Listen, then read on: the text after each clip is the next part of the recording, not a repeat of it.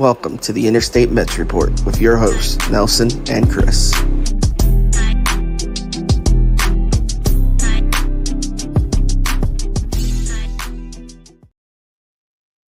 What is up to all you beautiful people? It's another Friday. It is November 17th, and you know what that means. It is another episode of your beloved Interstate Mets Report. It's your boy CP here with my co-host Nelson, aka Amish Country Mets fan.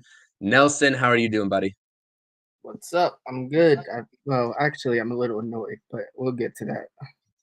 We'll go into all the discussions. We have a lot of discussions today. We have a lot to talk about. For those of you all listening and tuning in on YouTube, make sure you drop those comments in the chat, the live chat. For those of you all who may be tuning in to the live stream on Twitter or X or whatever you want to call it, we cannot see the comments in there. So make sure you go to one of our pages and go and enter the live chat through the YouTube channel. And also, don't forget to subscribe to our channels. You know where to find us. Subscribe to Nelson's channel at Amish Country Mets Fan on YouTube. He is fastly approaching, I should say, 300 subscribers. So go ahead and subscribe there. And also, if you're on Nelson's YouTube, go ahead and subscribe to mine at CPNY Sports. We're going to be doing a lot more Mets content, both individual and both on the Interstate Mets Report, and obviously the Mets Roundtable podcast that we appear in every Monday night as well. So appreciate that.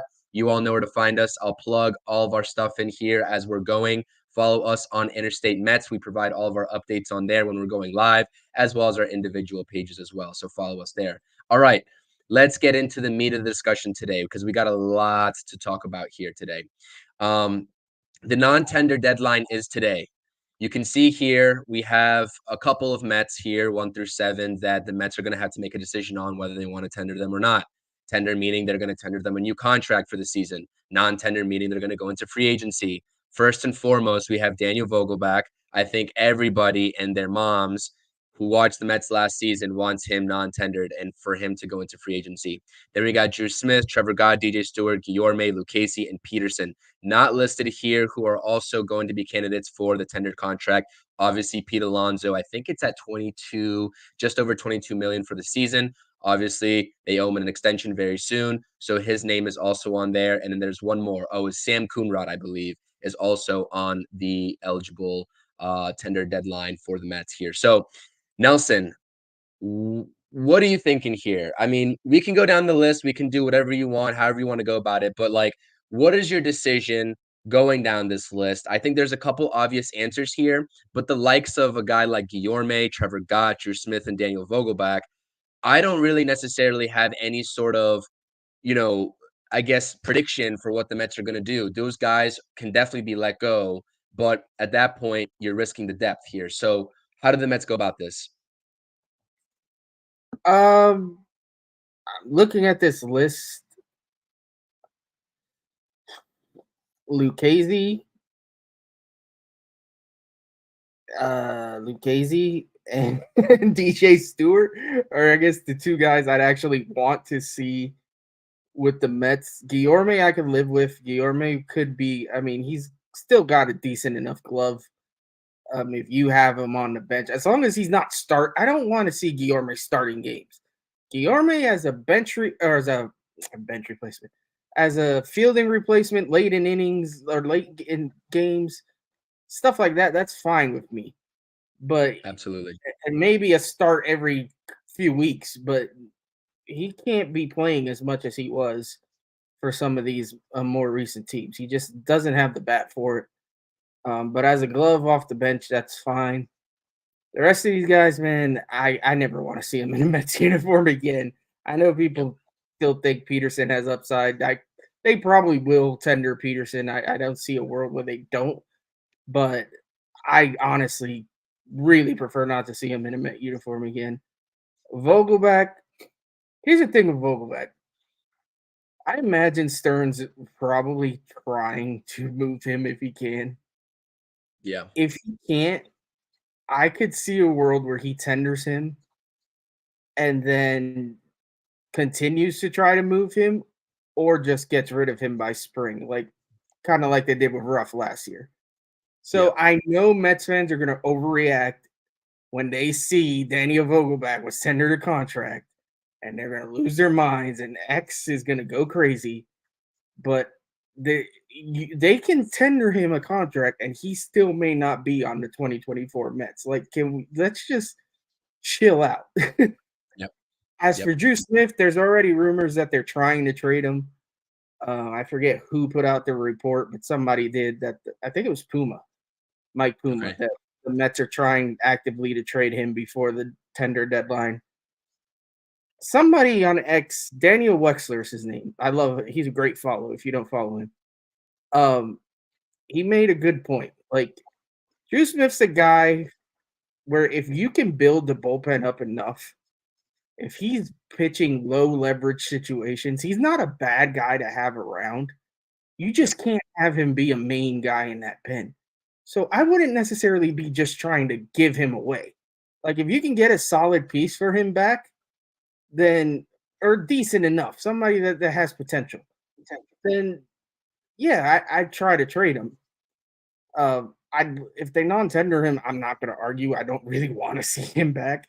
Right. But I can also, like I said, he made a valid point. I can see a world where if you build up the pen enough, he's not a horrible guy to have just like pitching low Yeah. leverage situations. But yeah, Well, I prefer to him to be gone. I prefer Vogelback to be gone. We'll see what happens. Well, I've said it on here numerous times, right? Like Drew Smith has the stuff. He has the life on his fastball. His off speed needs a little bit work, but his location just hasn't been there. And so with that tweet that you're talking about from Daniel, I think you just said it was, I got to go check him out. But yeah, 100%. If you pitch Drew Smith in low leverage situations, 100% he can be an integral piece of this bullpen. If you haven't tuned into my True Mets Talk podcast, I went over some free agent targets and some trade targets for the bullpen because the Mets going to have a lot of work to do in this bullpen. A lot of work to do. Not too many mainstays, and Edwin Diaz is coming back, which is a help, but there's a lot of help that this bullpen needs. Before I get into anything else, I want to shout out the chat. Aaron says, Lucchesi has that Mets feel that he's going to stay. Also DJ Stewart MVP. Yeah, I like DJ Stewart for a bench bat. I hope that he stays. He's showed a lot of grittiness and toughness, and he gave us something to watch this past season when we weren't inclined to watch the Mets. DJ Stewart was that guy that we wanted to watch. Jay says, what up, boys? What up, Jay? Appreciate you tapping with us. Subscribe to CPNY Sports' channel as well. Appreciate that. Thank you for tuning in, being a mainstay. John Rossi says, Peterson, Stewart, and Lucchesi should be the only players getting tendered a contract. I agree. I think Peterson, I definitely would like to stick around. I know he's coming off the injury, but also, like you said, Nelson, if he doesn't, it's not going to be the end of the world for me, right? He's more of a depth piece. If someone gets injured in the back end, if Lucchesi has another injury problem, then you slot in Peterson when he comes back. I know that's not the ideal scenario, but there's no way the Mets fill out this bullpen or their starting rotation, through free agency. Like there's no way they do that all through free agency. There's going to have to be some internal guys filling in the back end. Luis Guillorme, I know he has a great glove. Like you said, if he's going to be a starter in any capacity for this team, I'm going to take a pass at that because I do not want to see Luis Guillorme starting. His glove is awesome. He's a super utility man. I understand that, but his bat is just absolutely it's not a factor. His bat is not a factor. These guys, Trevor Gott has to go.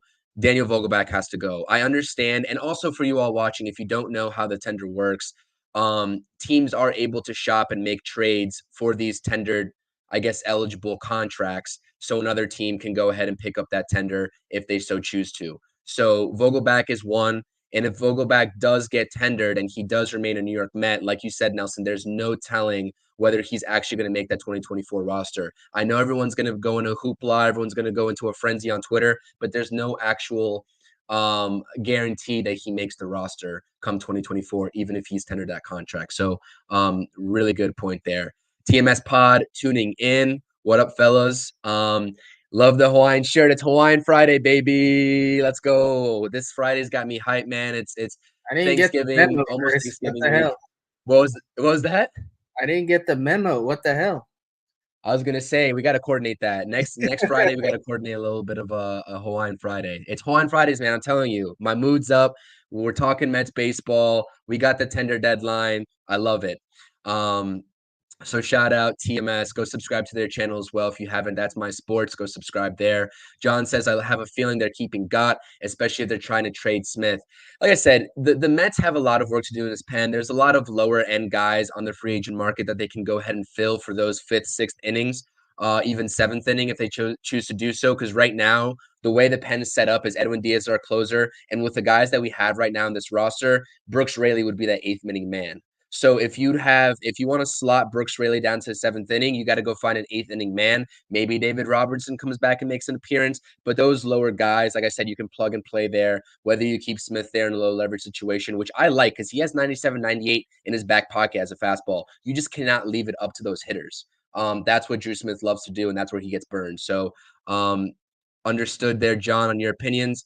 I just don't know about Trevor Gott, man. I wasn't impressed. I don't know if he has like what it takes to pitch in New York, and I just wasn't impressed when he came over in that trade there at the deadline. It just wasn't something I was feeling. Stevie Mack, what up, Stevie Mack? Always a mainstay on this channel, always a mainstay for our show. I keep hearing from people that us Mets fans need to temper our expectations with who we sign this offseason, so that's fun, LOL. Nelson, I think you are a big believer in that as well. I think that you have been saying and you've been preaching to the choir about the Mets and us as a fan base tempering our expectations. So we'll get into a little bit of the Mets offseason talk here in a bit. Especially with the Manuel Margot rumors and the hot stove talk that I'm going to get into. But I could see it happening too, Stevie Mack. I'm in the boat to say that the Mets' roster is not in a position to be competitive in 2024 unless they do heavy work in free agency or trade. That's where I'm coming from. But yeah, do you have anything else on these tenders or not? Because like I said, all eyes are going to be on Daniel Vogelback. Everybody knows that with the DH situation looming, like people are scared, and I get their fright. Like I understand the concern of tendering Vogelback, and maybe this front office has some sort of idea of putting him back out there at DH after this debacle of a 2023 season. I just don't see that happening with David Stearns. I think it's just time for a fresh start. You know what I mean? Yeah, no, I totally get that. No, my only thought, like I said, the only real guys I'd want to see is probably DJ Stewart and Casey. The rest of them, I'm not gonna go crazy if they're tendered, but I'd rather not. And just again, a reminder: if Vogelback gets tendered, please try not to lose your mind. It doesn't mean he's going to be on the 2024 Mets. It could just be them buying time. Everybody freaked out when they thought we were going to keep Ruff last year.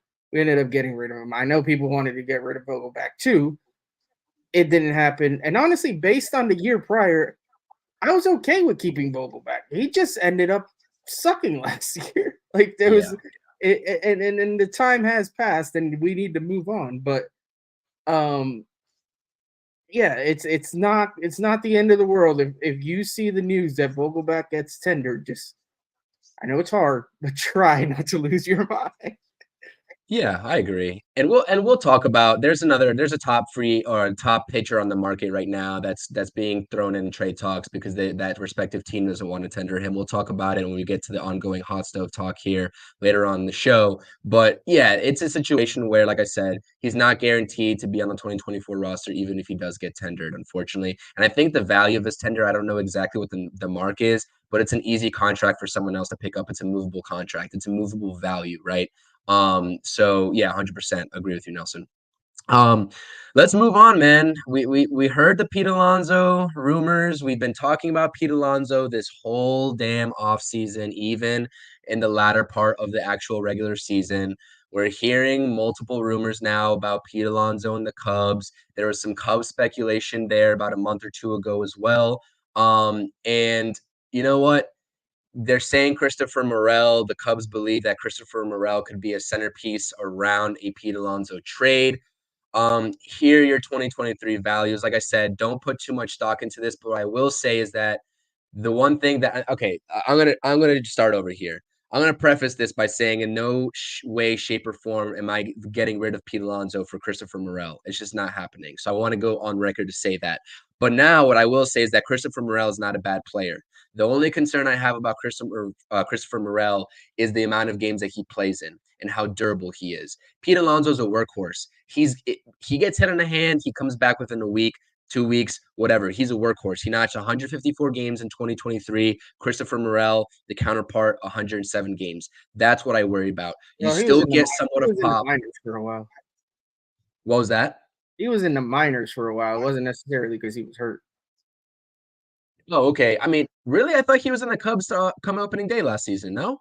Nah, they called him up later on in the season. Okay, then I'm mistaken there. So there you go. So like I said, there it is. I mean, he hits 247, right? For this day and age, I know everyone's talking about batting average. He get that 26 home runs right there. The RBIs are down, but he's not the power guy, right? So like my thing is, if you let Pete Alonso go, who are you getting power from? That's my thing. And we could talk about what the trade would be here with the Cubs all day long. Christopher Morel is a centerpiece does not mean they're not going to add anything on into addition with them. And like I said, to preface this, and I'm not saying that I want to get rid of Pete Alonso. I want him on the 2024 Mets and beyond. And David Stern says he's going to do whatever it takes to have Pete Alonso. We just don't know what the extension talks are looking like. Okay, we have the stats here.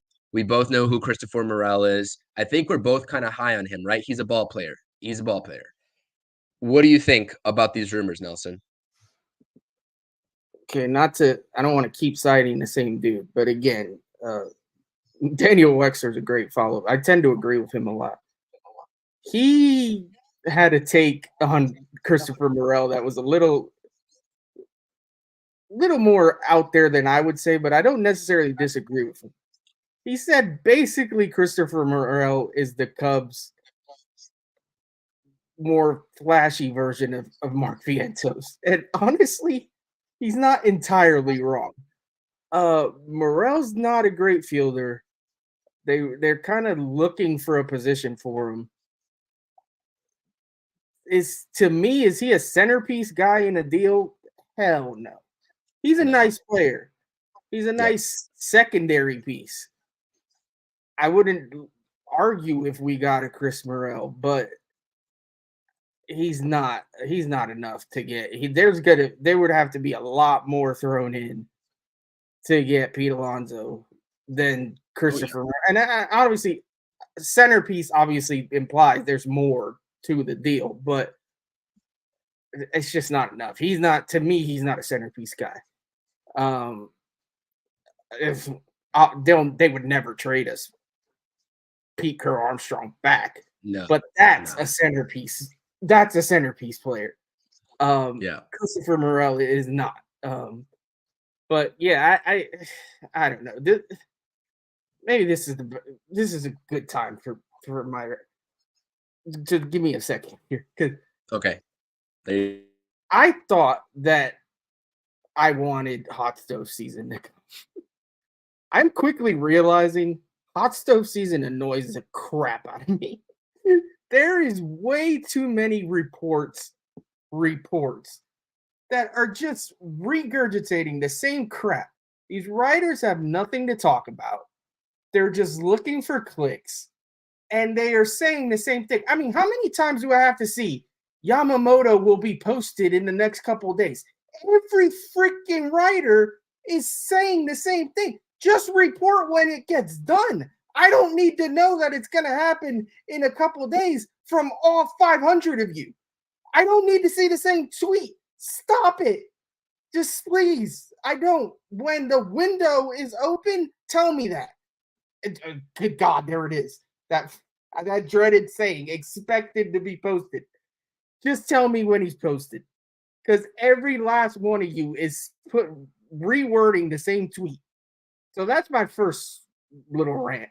My second one is these trade rumors are ridiculous. And not only that, but the fans' trade packages. If any of you were GMs of my team, I would lose my mind. You cannot package your crap for other people's stars. There was a report today that basically the White Sox are open to trading anybody. So somebody ran with it and said, I think it was Evan Roberts and multiple people, oh, the Mets should look into getting Dylan Cease and Luis Robert. Yeah, in a perfect world, yeah, that's great. People have to realize Dylan Cease and Luis Robert are both under very team-friendly contracts for multiple years. These aren't rentals. These are star players under team-friendly deals. You are not getting them for Mark Vientos, Brett Beatty. Listen to yourselves. Everyone hates Brett Beatty. Why would their team want the guy that you can't wait to get rid of? You're not getting him for Vientos, Beatty. What's the one package? McNeil, I saw in it. Parada. Just listen, some of these prospects, yeah, Parada's a highly touted prospect, but he had a very bad year for him last year. Teams aren't looking to trade for guys that had down seasons. I even saw Acuna in a package. Yeah, fine. Remember, we got Acuna from Max Scherzer, a 40-year-old. You don't think the White Sox are going to want more for Dylan Cease? He's a 27-year-old pitcher. Like, you're going to have to add Acuna plus multiple decent to very good prospects. Like, you're not getting him for nothing. You just can't stop. Just stop. I need the armchair GMs to stop with this ridiculous trade proposals that I am losing my mind. And one of these days, I'm just going to tell everybody on Twitter off. I just can't take it anymore. It's just ridiculous. That's why I don't do trade proposals, because whatever you think is your ideal trade, more than likely the other team is going to want way more. Like, it's just the facts, because we have a natural instinct to keep all our favorites. So we don't want to get rid of Jet Williams. We don't want to get rid of Gilbert. We don't want to get rid of Mauricio. But let's, in a realistic world, for Dylan Cease and Luis Robert, or even for Juan Soto, it's going to take throwing in one of those guys. I don't want to trade Jet Williams. I love Jet Williams. But if the White Sox are probably going to ask us for Jet Williams, the White Sox would probably ask for a Gilbert. And then a lot of these teams want high-end pitching talent, and we don't technically have a lot of it. So Christian Scott is probably going to be, he was our minor league pitcher of the year, probably going to be asked for in a deal.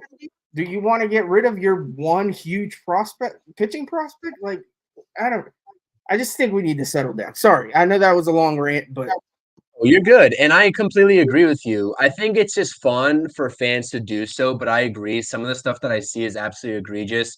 To speak on this, Jay, I did see that, and I would pull that trade in a heartbeat. And not to sort of grind your gears, Nelson, but Jay is just wondering if you did see his mock trade. But he said, I think I saw it, but I don't remember what it was. It was Juan Soto, and I believe it was for Juan Soto. I'm not sure if you threw in Yu Darvish there, Jay, or not, but it was Juan Soto, and the return was Christian Scott, Luis Angel, and Vasil. Is that going to get it done? Still, I mean, I feel like he at least tried to be a little more realistic, but I still don't think that's enough, man. I feel like, again, the problem with these deals is teams want pitching in return. And while our pitching prospects are okay, our position prospects are the ones that are really the blue chip guys. So I just don't see a world where these teams are in love with guys like, I mean, Christian Scott, yeah, I think he's going to be a stud.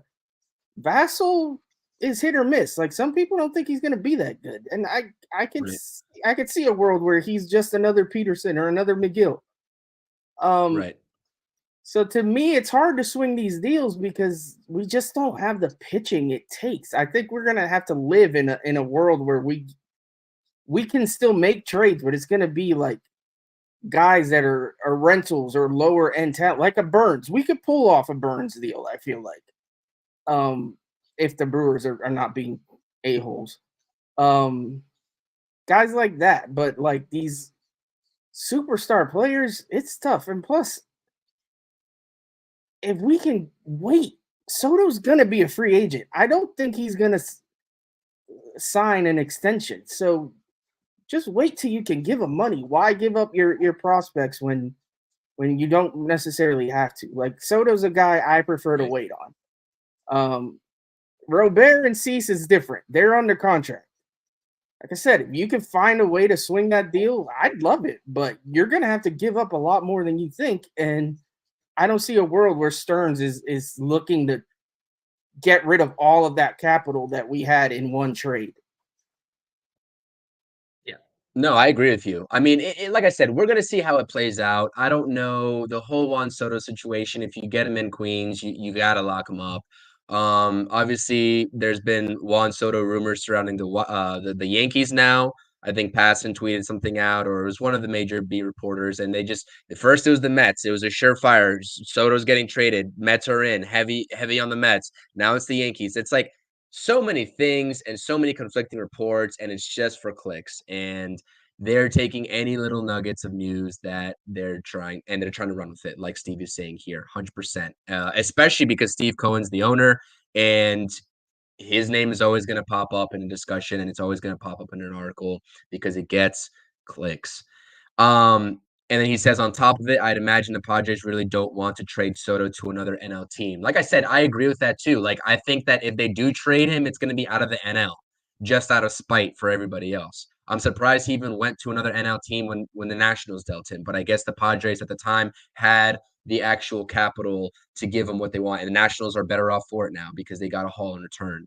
Um, so yeah, just to wrap up this discussion before we move on to the Manuel Margot rumors as well, it is that Morel is not a centerpiece. He's a great ball player. I've watched some Cubs baseball. I've watched Christopher Morel. He's an electric ball player.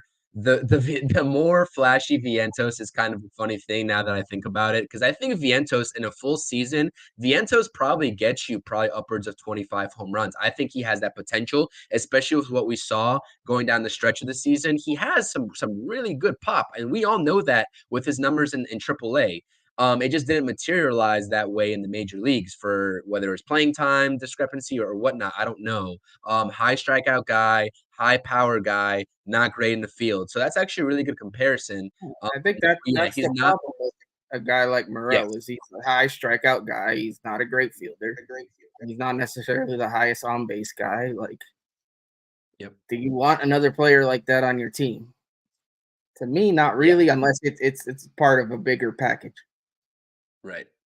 And like I said, I mean, nobody is going to match Pete Alonso's production just one for one. So it's going to be, like you said, centerpiece implies other pieces coming over with that. Christopher Morel is not a centerpiece.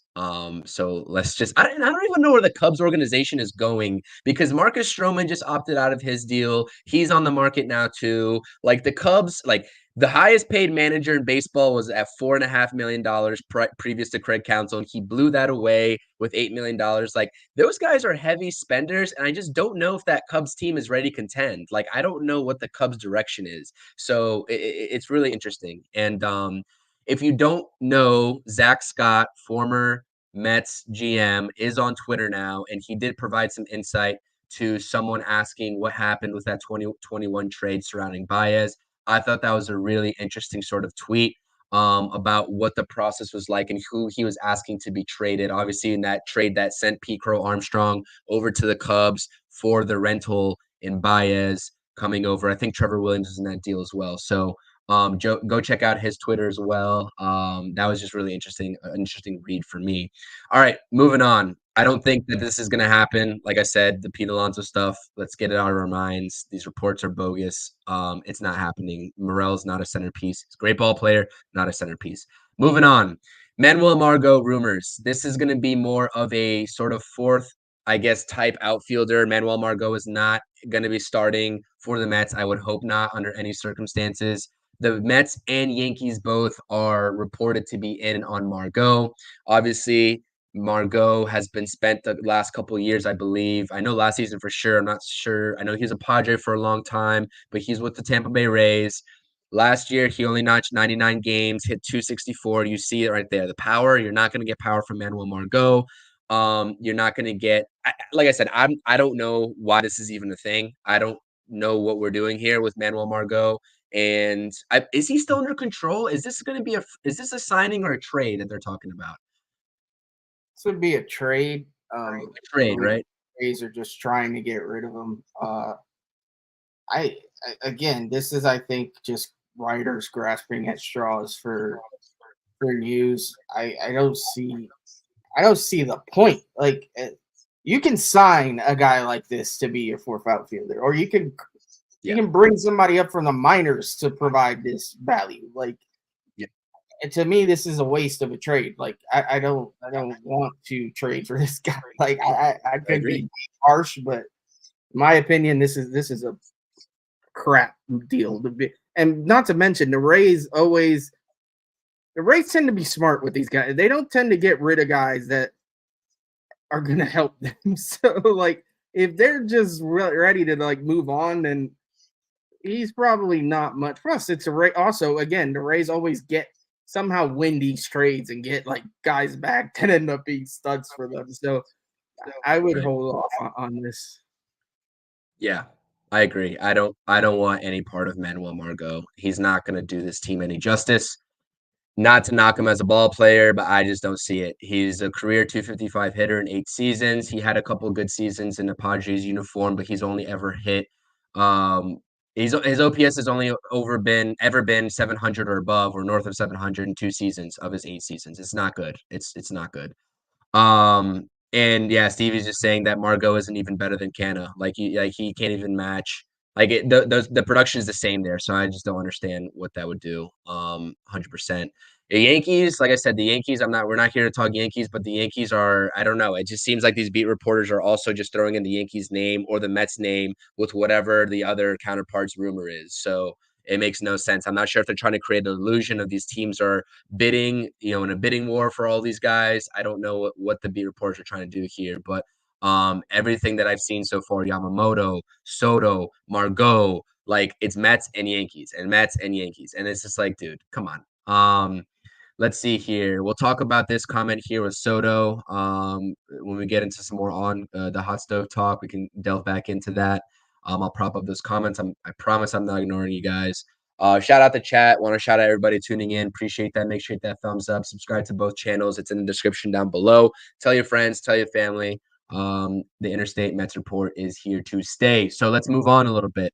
This is the meat of the discussion that I really wanted to sort of get into because this happened today. Obviously, Andy Martino, SNY, everybody knows who Andy Martino is, reporting that Eric Chavez is going to be serving as a co-hitting coach with Jeremy Barnes this coming season in 2024.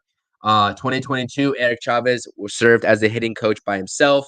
He got, I guess you could say, a promotion to be the bench coach for the New York Mets. Jeremy Barnes stepped in as the hitting coach in 2023. We all know the drastic differences of this Mets team, the production, and where they ended up from 2022 to 2023, and just in general how this offense looked. So now Jeremy Barnes and Eric Chavez will be serving as like I said, quote unquote, co-hitting coaches.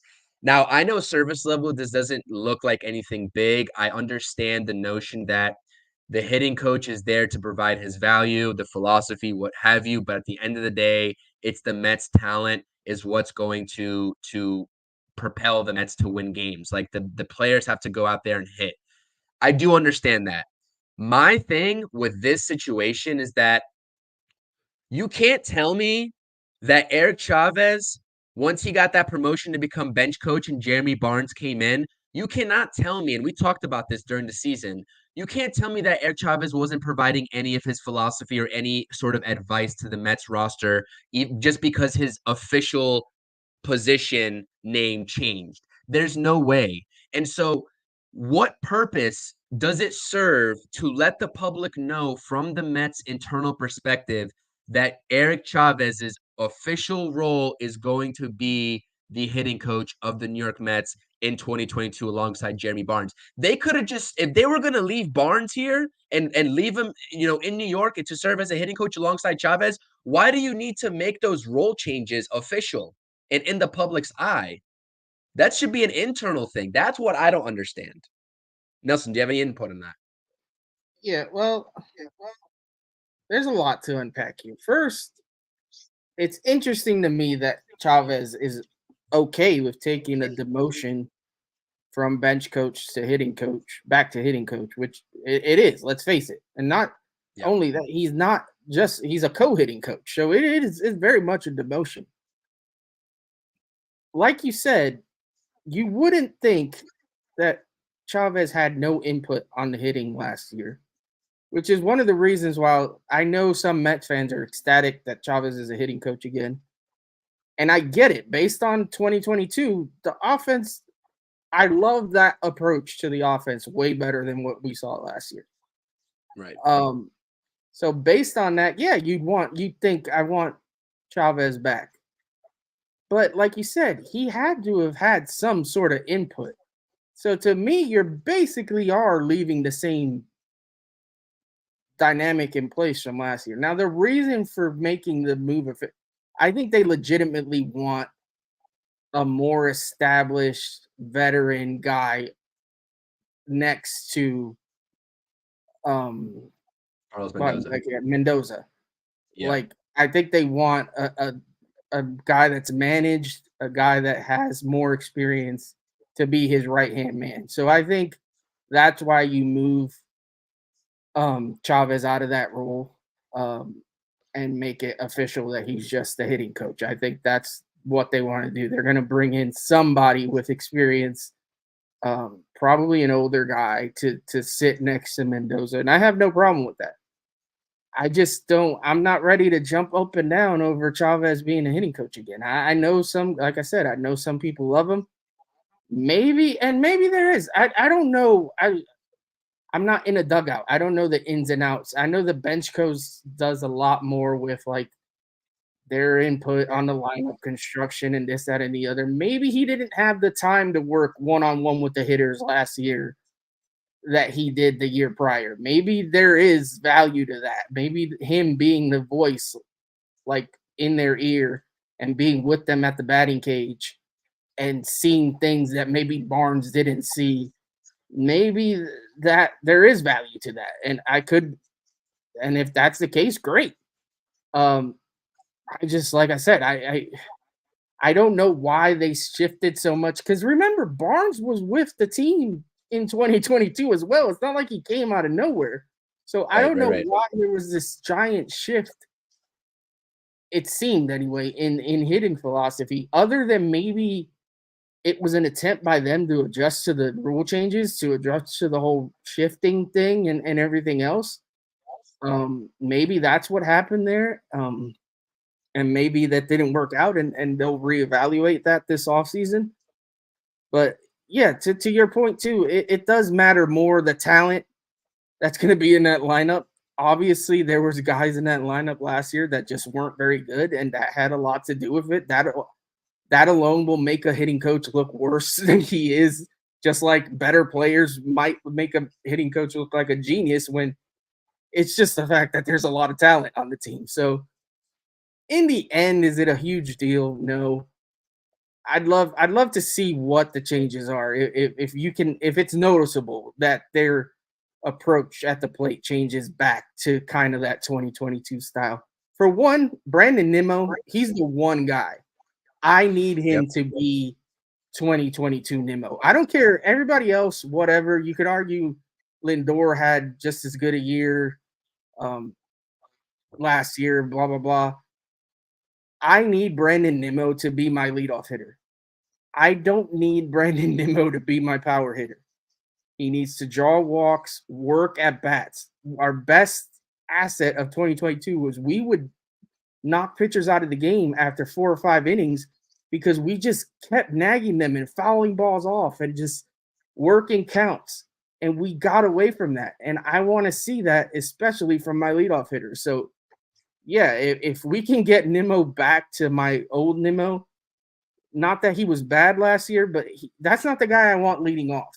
Like, for me, that if he's going to hit like that, he needs to move in the order. Somebody else needs to be the leadoff hitter because I need that guy that's going to work the count, get on base, draw walks, steal bases. He doesn't steal, like, drives me crazy. So, yeah, man, it's interesting. I honestly I thought we would move on and go a different route, but we'll see. Hopefully, Chavez has some magic in him as the hitting coach. Are you surprised they didn't just go for a fresh start on both sides of the ball, pitching and hitting coaches, with Stearns coming in, like Stevie's saying? Not with Hefner at all, because I really think that was a keep Senga comfortable move.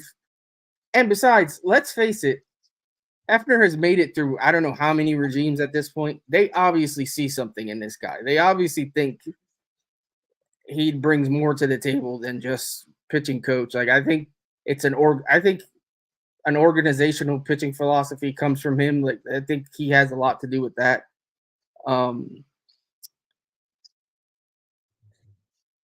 It's just sorry, I'm reading M Easy's comment.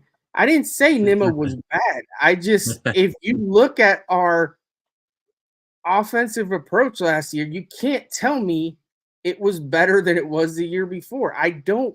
And Scherzer doesn't steal. I don't like Scherzer. I mixed up. Yeah, I don't like Schwarber as a leadoff hitter. That's not my ideal leadoff hitter. Not me. Maybe you do. That's fine.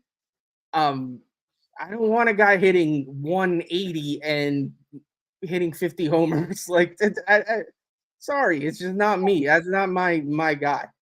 To me, I want a guy that's going to hit 280 to 300 and get on base a lot.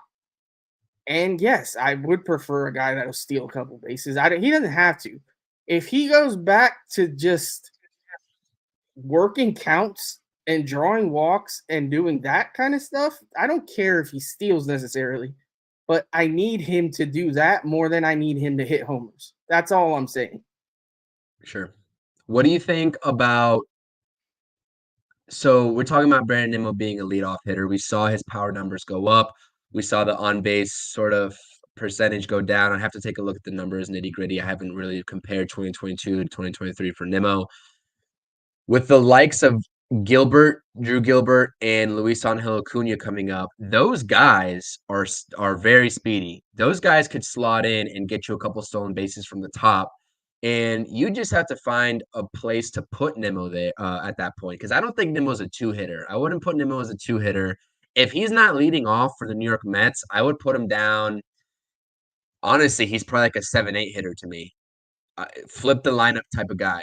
Like that's your leadoff hitter for the bottom of the order, right? When a fresh inning comes around. So I don't know, man. I think that's a crossroad when we get there. The approaches of Nimmo, Jeff McNeil. You could talk about Pete Alonso. Statistics wise, obviously differed from 2022 to 2023. But at the end of the day, I'm not going to sit here and I'm not ready to say Jeremy Barnes was the sole reason for that approach changing or those statistics changing. Like at the end of the day, those guys have to go up there and swing the bat. These guys are professionals. They can take batting practice all day long before the game and they can hear stuff in their ears, while they're swinging or whatnot after the swing all day long. But in the game, it's hard to replicate what you do in the cage or what you do, with the turtle over you and you're hitting on-field batting practice. It's hard. It's really hard. I know it all too well. So at the end of the day, I don't know. I don't think this is something to go hoorah over. You know what I mean? Like you just said, Nelson. But there is something for me, at least personally. And like you said, it could be that Stearns wants a more veteran guy as Carlos Mendoza, obviously rookie manager, as his right-hand man. And Eric Chavez just wasn't that. Who knows? I don't know. Nobody knows. This is just interesting to look at how the progression of the hitting coach for the New York Mets has gone over from 2022 now going into 2024. Emmy's asking 370 OBP is terrible, huh? I think that's directed toward. That's not what I'm saying. Like he's missing my point entirely. It's the fact that there were times last year where compared to 2022, Brandon Nimmo looked like he was trying to hit homers from the leadoff spot instead of working the count. And even if he doesn't get on base, like how many times would Brandon Nimmo in 2022 just work at bats and you get guys 15, 20 pitch at bats from Nimmo? I'm sorry, I didn't see it as much last year. So yeah, he still got on base. It was just the approach was a little different. I'm not saying Brandon Nimmo was bad last year, like not in the least. It's not. I don't know. I guess he's a Brandon Nimmo stan. I'm not saying that Brandon Nimmo's a bad guy. I never said that.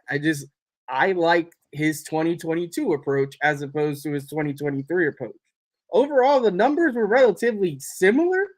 There were just moments last year where you could see that Nimmo was, it almost felt like he was trying to hit homers. And I don't want that from my leadoff guy. I don't want Kyle Schwarber as my leadoff guy. Like, that's just not my preference. That's all it is. And yeah, Alonso didn't hit well last year. I get that. Yeah.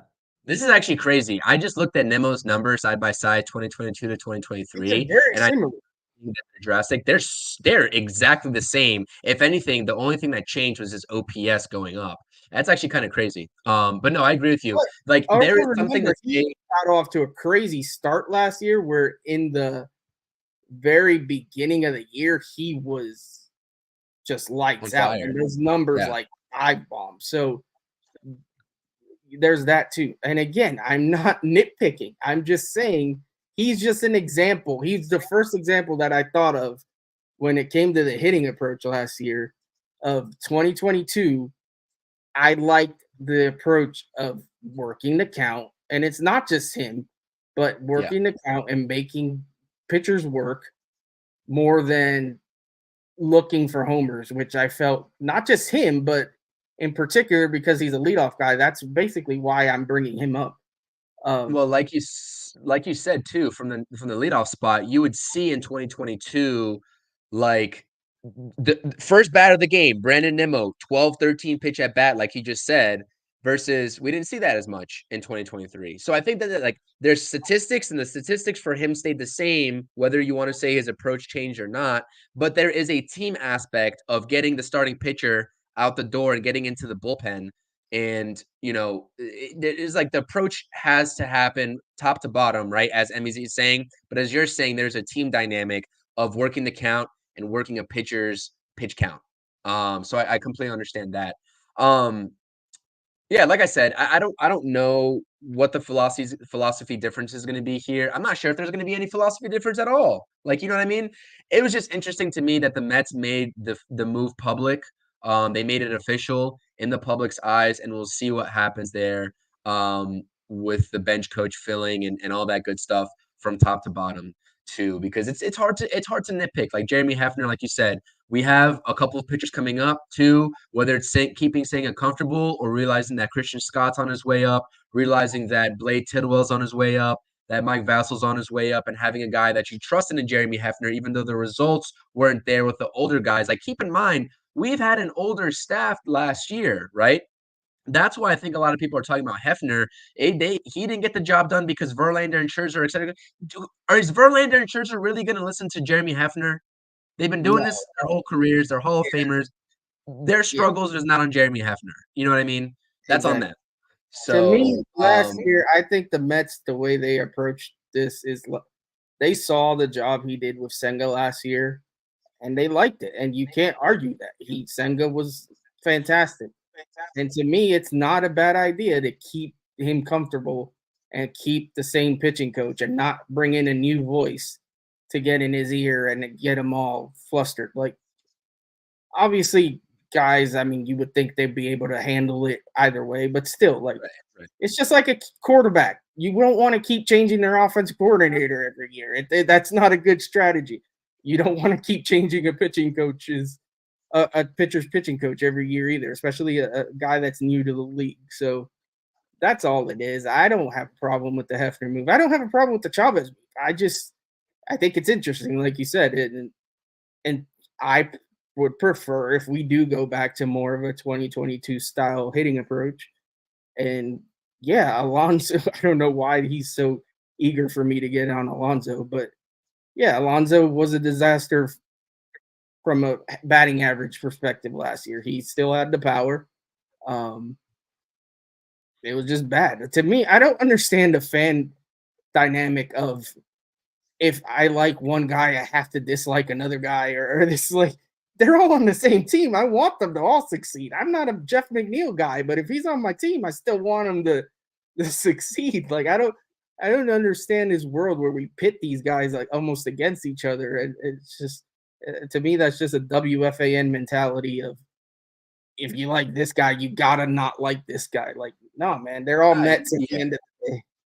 Yeah, that's like I'm on Nick's Twitter, man. It's the same thing with Nick's Twitter. It's like the agenda is over the team. Your personal agendas of players over the team. I'm used to it. I see it all the time. It's ridiculous. But at the end of the day, people have their opinions and they feel strongly about them and they want to get their takes off. And that's it. I mean, this is a space to do so. MEZ, we appreciate you. You're keeping us honest. If anything, we appreciate you and you're keeping us honest, and I appreciate that at least. Drew Smith, Peterson, and McGill is on Hefner. You can make the argument of that as well. Those guys are not. You can also make the argument they're just not that good. It doesn't matter who the coach is. That too. Yeah, that too. Mets 2023 hitting approach all year long. They've all been trying to hit 5-run home runs. Let's see. A person swinging at a piñata was the Mets approach to hitting in 2023. And the new Mets hitting approach is just swinging at everything first pitch unless it's a fastball down the middle. I will say a lot of people get on. I'm not saying that Yuki's doing this. And I think he's actually making my point for me here is that me playing baseball all my years, right? If there was a first pitch fastball, I'm swinging at it. I don't really care. You might not get a better pitch in that entire at bat. So in a crucial situation, I get that certain situations call for different circumstances, but every single time I see Alonso or whoever it may be, Brandon Nimmo, et cetera, pop out on a first pitch fastball when there's runners in scoring position, I get the result wasn't there. But them being that aggressive and realizing that's probably one of the best pitches they're going to get in that at bat. Like I said, different situations call for different things, but I think fans get into a mentality where, like, whether you play baseball or not, there's different hitting approaches and different situational hitting styles. But getting a fastball, especially if you're Pete Alonso, they're going to be feeding you. They're going to try to get that strike over for strike one, and they're going to give you all off speed thereafter. And I'm not saying Pete Alonso can't handle that off speed, but he's more of a fastball hitter. Let's be honest, right? I think most of the major leaguers would rather hit a fastball. So I just wanted to put that nugget out there because I see that all the time on my timeline. I'm just like, dude, they're swinging a fastball. Their was there. Yeah, you got to find that happy medium, right? Like, it's not ideal to always swing at the first pitch fastball, but it's also not ideal to always get behind in the count. Like when Daniel Vogelback would go up there and just not swing and go 0-2 every single time, like, no, we don't need that. We need, especially from a DH, like you need a more aggressive approach. If that's your leadoff hitter, I guess maybe I could see that, but again, you just can't do it all the time. You have to be able to adjust to the situations, and every situation is different. Every situation calls for something different. But no, falling behind and just staring at a fastball down the middle every single time. No, I mean, the stats are out there. Your average when you're down 0-1 compared to not is way worse. Like that's just facts. So I don't know. It's just we'll see what happens. I'm not gonna. It's not a sky is falling thing. I'm fine with it. We'll see how it works out.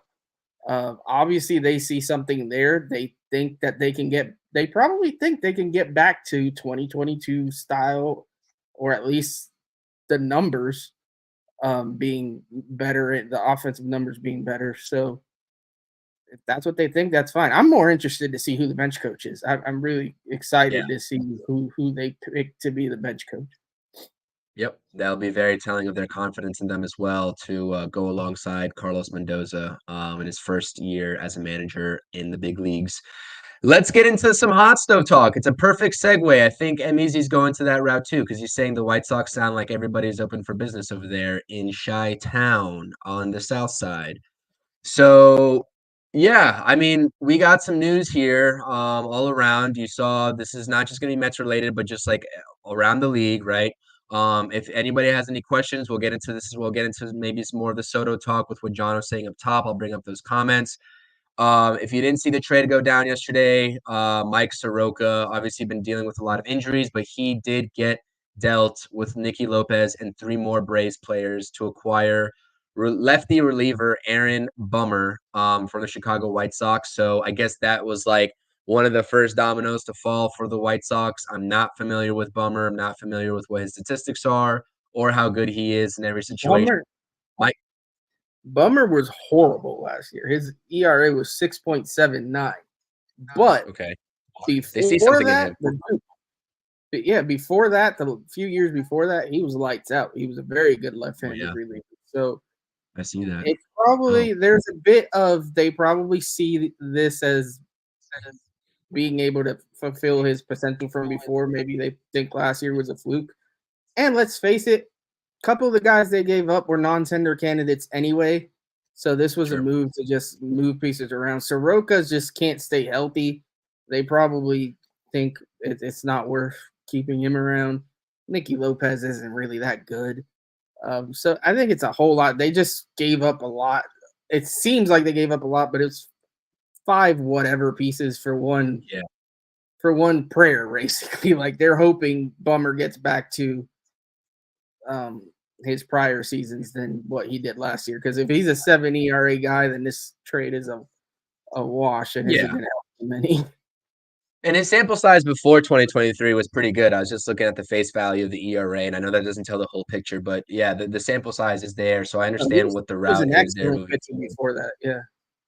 Yeah. And then Soroka, like I said, they picked up $20 million option for Charlie Morton, and Charlie Morton is the ageless Charlie Morton. I mean, I get that he could still be productive, but it's like paying $20 million for a guy like that tells you everything you need to know in the Braves' confidence, or what was their confidence in Mike Soroka. So that the Braves get a reliever. Let's just hope that he doesn't revert back to his 2022 and earlier self, and he sticks with his 2023 numbers. But it's I don't know. That was a little interesting nugget. He just likes to argue. What was that? Said this dude just likes to argue. Amazing. We'll prop up his comment here in a second. The Oakland A's are moving to Las Vegas, officially a unanimous decision among the owners. Really sad. This is really sad for Oakland fans, man. Honestly, I know that they didn't show out. They're protesting the whole owner. The owners is very fake in his apologies and his remorse for the Oakland fan base. He does not care one bit. This is going to put more money in his pockets. And yeah, it's official. So end of an era. No more Oakland A's. Rays expected to move Tyler Glasnow is a guy that I've been talking about. I know he can't stay healthy, but the Rays, like you said, there's two sides of the argument. Glasnow obviously is one of the premier pitchers if he's healthy. Other side of it is that the Rays tend to not give up guys that can help them in the long run. And Tyler Glasnow being on the market potentially might indicate something more than we we know, right? So we don't know there. And this is what I was talking about here. The Brewers, Brandon Woodruff is a tender candidate. Moving forward, and before the deadline, I've been hearing that they are trying to move Brandon Woodruff before that deadline today. So we'll keep an eye out on that. Also, a little bit of an injury history there as well. Let's see here. Before we get into any of those topics, let's prop up some comments here. Eduardo Rodriguez or Jordan Montgomery for the Mets. Nelson, I'll let you take that. I'm a Eduardo Rodriguez guy. I've wanted him, regardless of what else we do, sign Yamamoto or not. I think Eduardo Rodriguez could be a solid piece to the rotation. Jordan Montgomery, I feel like he pitched himself into a contract that I don't want to give him. I think people are going to look at that run that he had with Texas in the playoffs, and they're going to overpay for him. Not that he isn't a good pitcher. I just think he's going to make way more than I want to pay him. So that's the reason I'd stay away from him. But then again, if we strike out on like everybody, which hopefully we don't, but you never know, I guess he could be a solid fallback plan. Again, I would hate to overpay for him, but that's my only concern with him. I feel like whoever signs him is going to sign him to something he's not worth.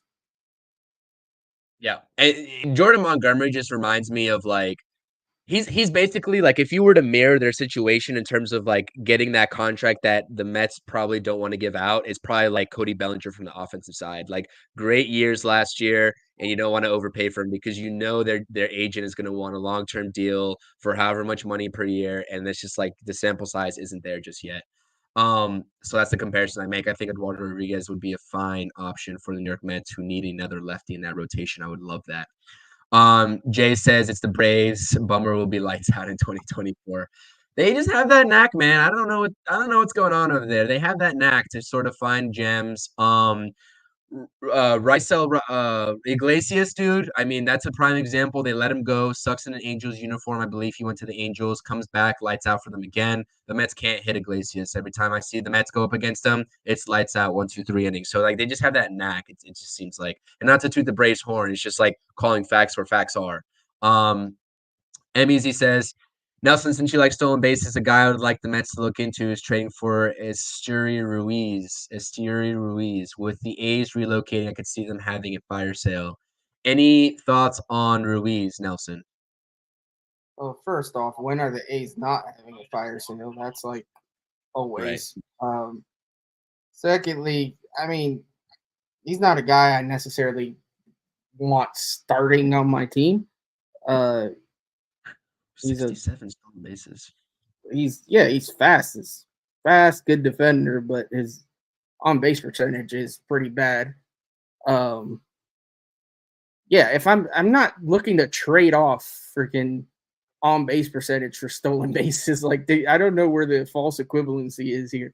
I just would ideally, it would be ideal if Brandon Nimmo could swipe a few bags. Like is that such a bad thing to say? Like the dude refuses to steal a base. It's not a knock on him. It's just a fact. Like everybody knows it. When Brandon Nimmo gets on first base, you never expect him to go anywhere, which is right. It's kind of odd for a leadoff man. Yeah, Schwarber's different. Schwarber's in a different world, but and again, like I stated before, I don't like a guy like Schwarber leading off, but that's just me.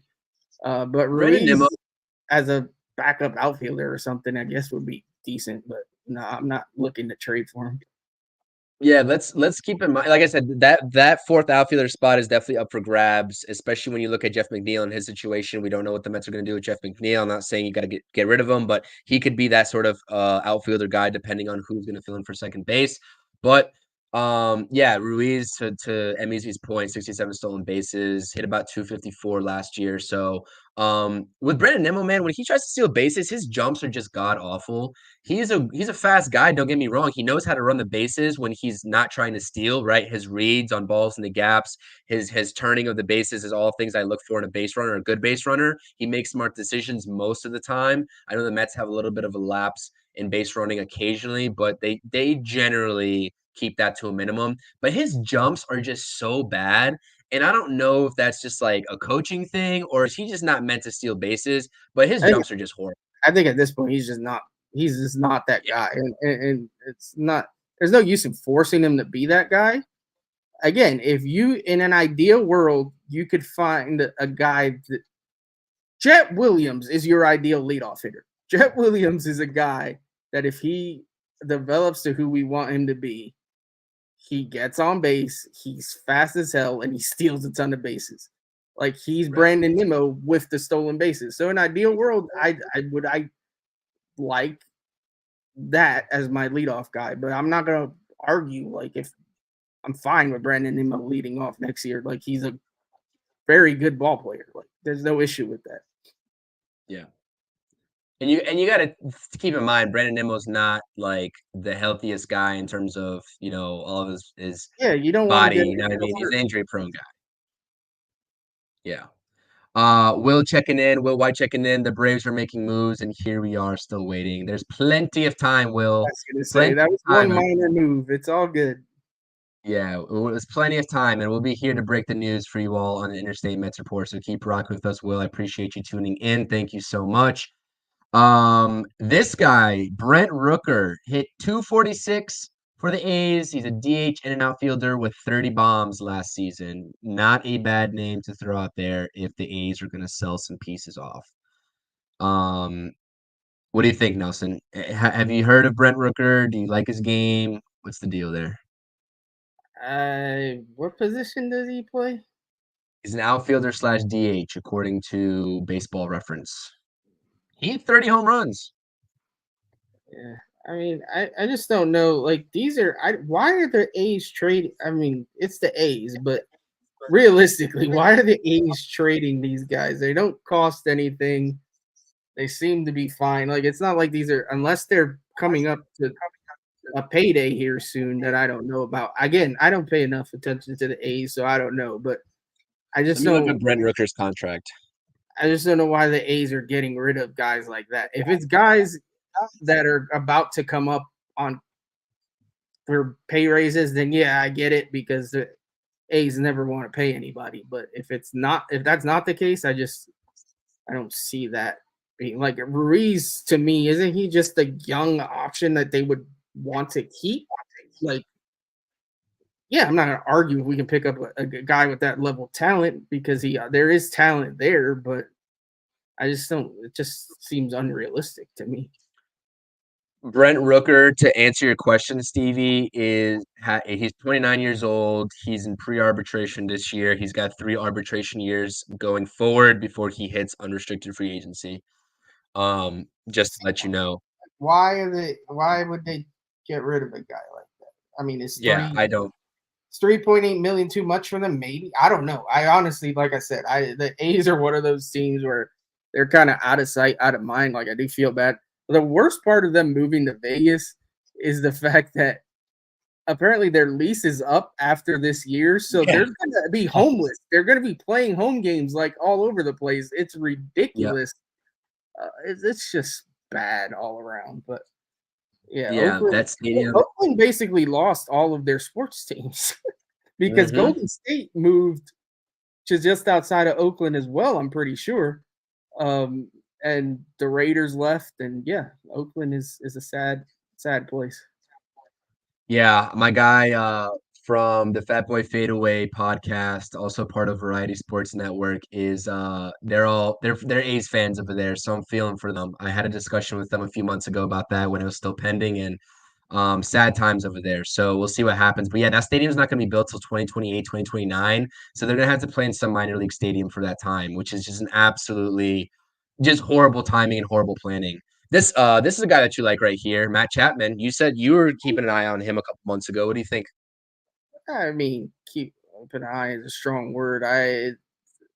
It was based on just if we were looking to move on from Beatty, but he's going to command way too much money. He doesn't hit enough to be worth what he's looking to get. I'd pass on Chapman if we're going to move on. I don't think we're moving on from third. I think the third baseman is going to be Brett Beatty or Ronnie Mauricio, which at the end of the day, that's whatever. That's fine with me. My biggest, if we're going to spend on offense, I want a DH. Get me a DH.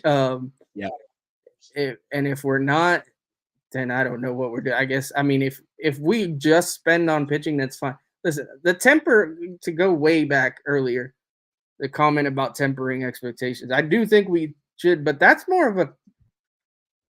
that's for the people that think we're going to go out and get like Soto and Ohtani and this and like, there's a lot of people out there that just assume we're going to just sign every big free agent or trade for every big target.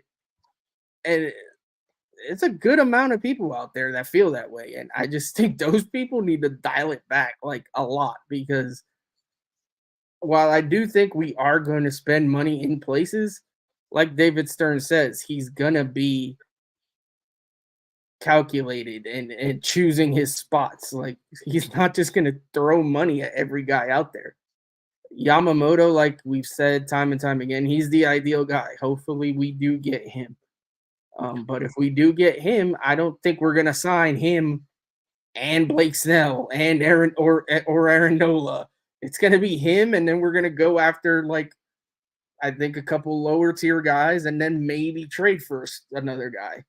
The bullpen, where I don't think we're in a world where we're getting guys like Hader. It's going to be guys that you're taking flyers on and spending a little less, and maybe again looking for trade partners. Like, that's what I'm saying when it comes to lowering expectations. I'm not saying we should not have any expectations, but some of the things I've seen, it's like, God, settle down, guys. The problem with it is, if you want to dream, But I know for a fact that what we're gonna see is, oh, here we go.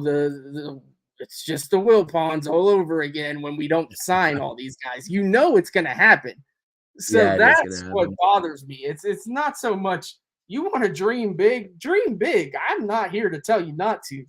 But please, when it doesn't happen, don't give me the will pawn garbage. Just don't spare me that stuff, and don't turn on David Stearns after 2 weeks. Like it's like Yeah. there's people already giving up on this guy, and it's like what? Why? Like you got to If give him time to prove himself. Like it just I don't know, boggles my mind. Can you imagine Mets Twitter if Yamamoto goes to the Yankees, man? That would be They're gonna lose it. yeah. This is what John was saying earlier about Juan Soto. Lots of money coming off the books in 2024. So if Soto becomes a free agent, the Mets will go hard after him. So the discussion on this, and I think Jay was agreeing with John there. This is the point right here that I want to make. Great point here. If Juan Soto goes to the Yankees, I legitimately fear that he never hits free agency in 2025. That's one of the only teams that I'm worried about potentially losing out Juan Soto to a long-term deal and not hitting free agency. I don't know what the Yankee situation is like. We know Cashman. We know the comments that he's been making. We know the money situation there. I don't know what's going on in Yankees land. I don't really care. But that's the one team that I'm afraid if Juan Soto does get traded to, he will not hit the open market in 2025. Here's my pushback on that.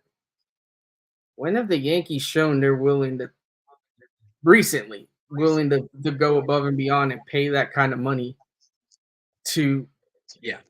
to to players? Like they have spent, but there's been like a wall at $300 million. Yeah.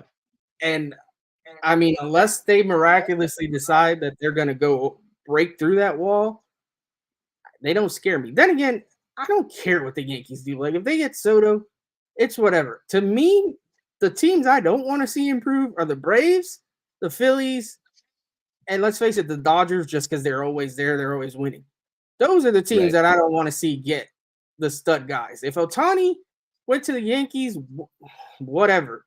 If Soto goes to the Yankees, yeah, it's going to be annoying to hear the Yankee fans, but again, whatever. Now, if the realignment happens and the Yankees are in our division, then we can talk Oof. because Yeah. then I don't want to see any of these guys be Yankees.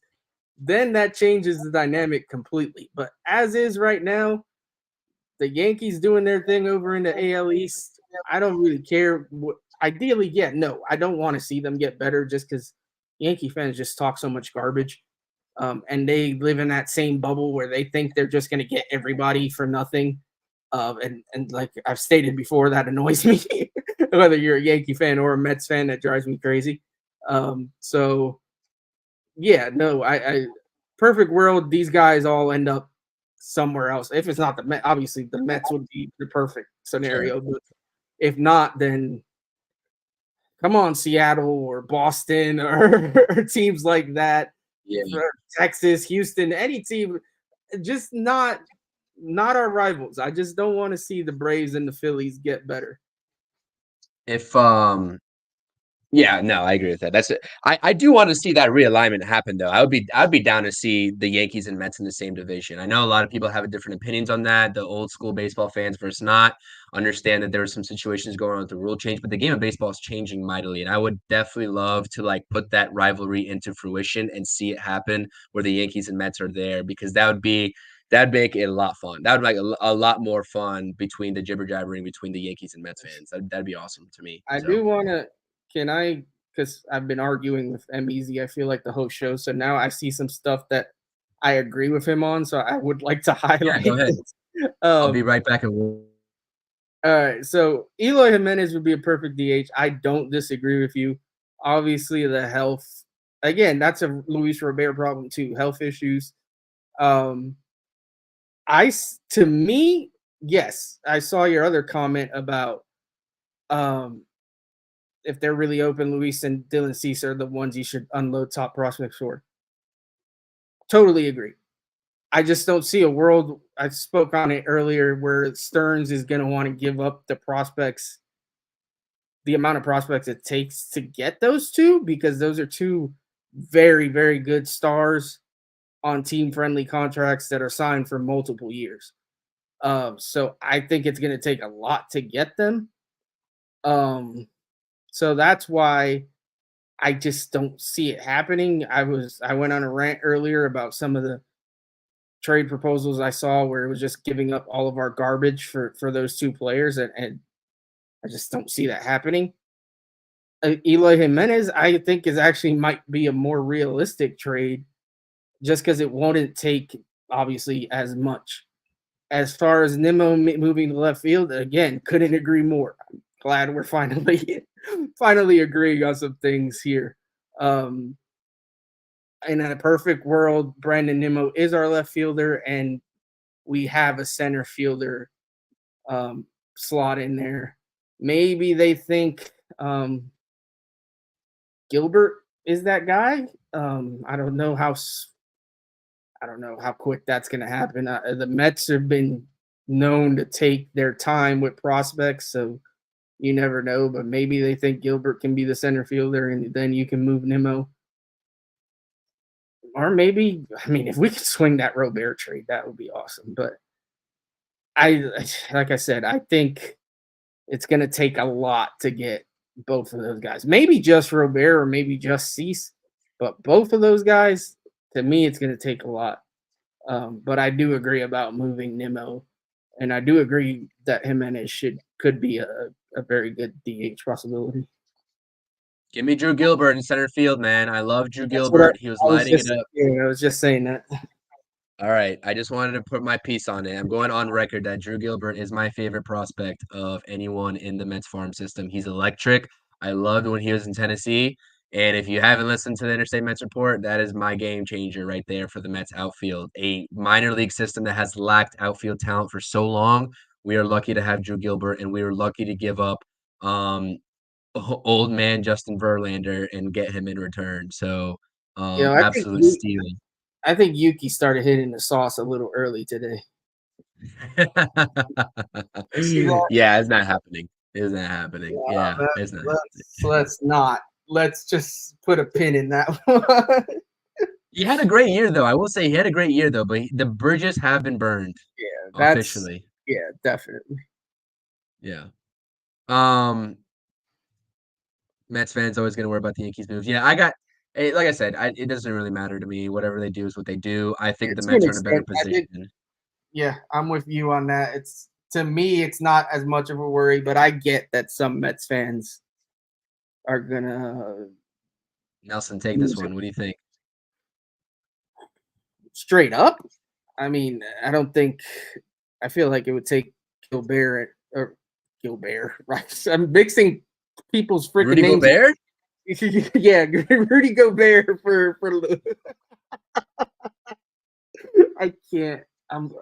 We need to end this soon. No, we're going past our usual hour, which is great, but no, Gilbert for Robert. I mean, straight up, I feel like I have to do it. Like I can't. No, not straight up. In a package, and at least some sort of respectable package. Yeah, if it's a package, then depends on who else we're packaging. But to me, again, this is what I go back to. That's more realistic because you're gonna have to give up somebody like that you don't want to trade, plus more pieces over the trade. I forget the trade. It literally was like Beatty, Vientos, McNeil. I think Parada was in there. McGill was in it. I'm like, why? Why would I don't want to like knock anybody, and I didn't say their name, so unless you know specifically, but it was just ridiculous. And it wasn't the only ridiculous proposal like that I've seen. It's like a bunch of guys. Like the other one I saw was Clifford, Acuna, Beatty, Vientos, something along those lines. And again, yeah, that sounds like a haul, but you got to remember, Clifford finished the year horribly. Acuna Yeah, he did. didn't look great after we got him. Teams see this stuff. Like, so to tell me that a team is going to take a package like that and then, throw in Beatty and Vientos. Like, come on, these guys stunk. Like, you just got to be realistic. So, giving up a Gilbert God dang it. I'm going to keep doing struggling over there. I'm struggling bad. Giving up Gilbert, it's probably going to take that or Jet Williams, which that one would hurt me more than anything. I think he's my guy. So, it's going to take more of one of those guys and then package lower level guys maybe. But we're not living in a world where Brett Beatty is a centerpiece, to use that word again, for any of these trades. Yeah. Are you giving up on Brett Beatty or no? No, I'm not giving up on him. I just don't think he's the centerpiece for a deal like that. I think they're going to give him a shot. I think him and Mauricio are going to get their shot somehow. Hopefully it works out. I'm on record, I think, with you on this show saying I see a world where he lives up to his potential a little bit, but somewhere else. Like, for some reason, I don't see. He doesn't feel like a New York guy. Maybe I'm imagining that, but just some of the comments he made and whatnot, I feel like the pressure gets to him a little bit. And New York is a pressure-packed town. I feel like he would thrive in Oakland. Like, there we go. Trade Beatty for Easy's guy, Ruiz. How do you like that? How do you like that trade? That's funny. I would have to think about this. I would say no right now, just given that Luis Robert last year was the only time in his career so far in the short 4 years that he notched over 100 games. He's been less than 100 games every single season, starting in 2020 up to obviously this past season. 145 games, 38 bombs, hit about 260, a little bit north of 260. Understand his bat's awesome, but the thing is like, Dude, I'd have to think about it. I'm gonna say no, though. I will say no. The fear is his injury history. Like, last year, he stayed healthy. Maybe he is a Brandon Nimmo who he could never stay healthy, and the last couple years he has. So maybe he finally found whatever elixir it took to get him to keep him on the field. But there's that fear on the back of your mind. There's that with almost anybody, but when you get a guy that is just a constant injury concern. Same with Eloy Jimenez. Like, yes, in an ideal world, this guy's mashing for us at DH, but you look at the number of games he's played and you're like, well, you might be signing up for whoever his backup is to be DH more than Eloy Jimenez. Yep. Tom's checking in. Oh, my guy, Tom from the UK. What up, Tom? What up, Tom? Brett Beatty isn't a Hall of Fame player. He will be a solid MLB piece, but he agrees with you, Nelson. It's not going to be in New York. Dude, MAZ, man, I hear you. I know. He's here for blood today. I know, man. I understand that it sounds crazy. I don't know, man. If you come back, if Drew Gilbert's a flop and he doesn't produce at a major league level whenever he gets that shot, you can come back on here and just tell me whatever you want. But I'm projecting Drew Gilbert in this lackluster of outfield talent that we have. We saw the Alex Ramirez news. We know we have Alex Ramirez. He's been struggling. It's just, you know what I mean? It's projection. You know what I'm telling you? I'll trade Rudy Gobert for any of these guys. Yes.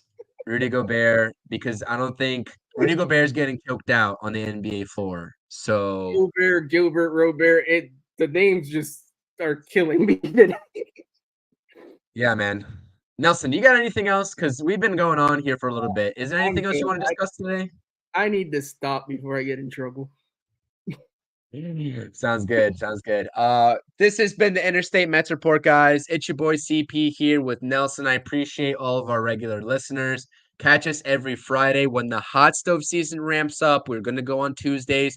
It's just not at that point in the season just yet. Like I said, if you guys are watching the live stream on Twitter, X, what have you, we can't see those comments. So make sure you drop all your comments in the live chat from here on out. Make sure you subscribe to the channel. Turn on notifications to both of our channels. before each and every show. You will get notified about when we go live. So make sure you're hitting that thumbs up. Everybody in the chat, hit the thumbs up. Matt checking in, go Bear, and Gil walk into a bar. Exactly. It's been that kind of Friday for us. Games no less than like 5 times in that whole real. What this Emmy's yes, he'll be as good as Nemo. Yes, I think so. And like I said, if he's not, then this is my take. It's going on record. It's not getting deleted, and you can come back here when he starts to flop. But I think he's going to be as good as Nemo. Hey, there's not too many Mets fans that are willing to admit they're wrong. You're looking at 2 of them. Like when we're wrong, we will say it. We're not going to just double down and continue to like push this agenda. Like that's not our style. Yep, I agree.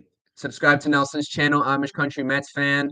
You know where to find him. He's on X. You're an X superstar, man. You are the interactions, this is great discussion. Every time I see you put out a tweet saying your what ifs, I go into the thread and just look at people just giving you their answers. I want to know where the Mets fan base is at.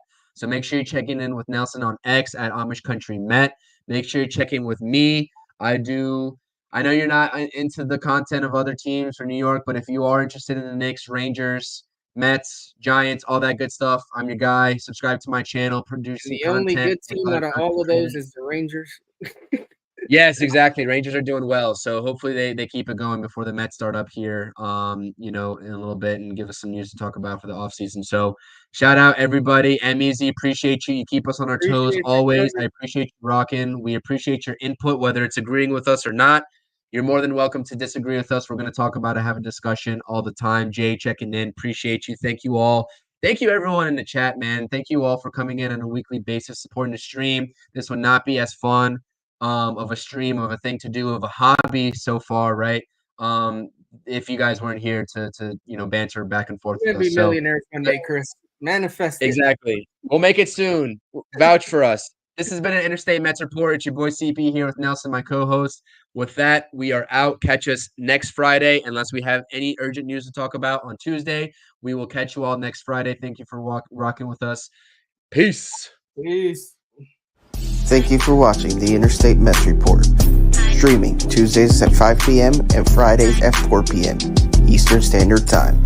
Make sure to like, comment, and subscribe to @Amish Country Mets Fan and